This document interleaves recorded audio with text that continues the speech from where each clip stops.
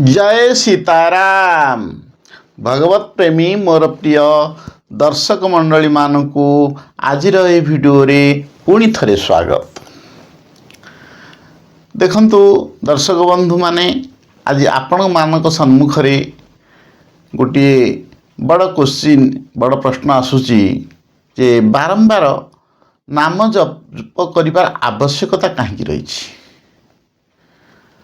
तेणु आमर भागवत रे कहुई गोटे थर नाम जप करला पर भी समस्त पाप नष्ट हो जाए। किपरि होता है देखंतु गोटे थर नाम जप कले समस्त पाप केमती नष्ट हुए। ए गोटे थर नाम जप करिया पाई हेले पूर्व प्रारब्धर सेतिकी अभ्यास आउ संस्कार थिले सेही भाव रे गोटे थर नाम जप हेले भी समस्त पाप नष्ट हो जाए। तेणु ये कौन करा जाए बारंबार नाम जप को अभ्यास रे परिणत करा जाए। कारण बारंबार नाम जप कले कौन ना केते बेले हेले भी सही मुहूर्त रे गोटे थर आर्त भावयुक्त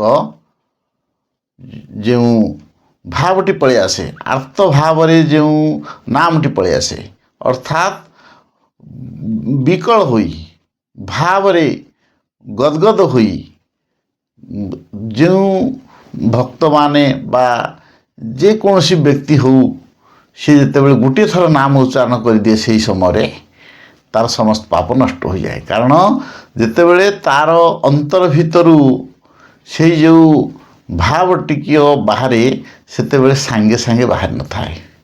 आर्त भावयुक्त जो भाव जो भगवान पाखरे जो मनर प्रेम से जिनसटा कौन ना सांगे सांगे आसी न थाए। कहीं बहुत समय धरी जिते बड़े आमे नाम जप करवा केते बेले हेले भी थरे से आर्त भावयुक्त भावटी आम अंतर भितर बाहरी आसे जहाँ फल कि भगवान पाखे मन एकाग्र लगी जाए। आर्त भावयुक्त भाव रे जो जप हो जाए जो नाम हो जाए अंतर भितर से नाम भगवान पाखे मिसी जाए जहाँद्वारा कि भगवान कृपा हो जाए।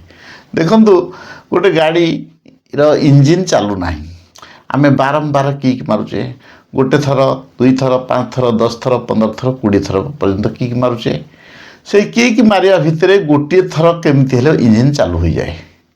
तेणु गाड़ी रो इंजिन बारंबार किक मारिया भितरे 5 थर 10 थर कि 20 थर भितरे केते बेले हेले इंजिन ऑटोमेटिक लागू हो जाए चालू हो जाए।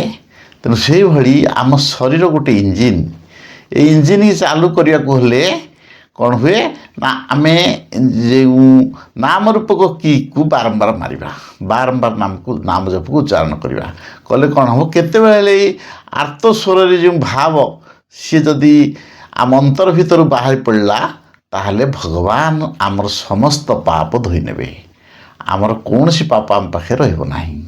तेणु हे दर्शक बंधु माने आपण मानकू मोर ये निवेदन जे आपण माने समस्ते पूर्ण मात्रा रे सबु समय जप को निरंतर अभ्यास रखंतु। अभ्यास रखले निश्चय आमे तार लाभ पाई परिबा।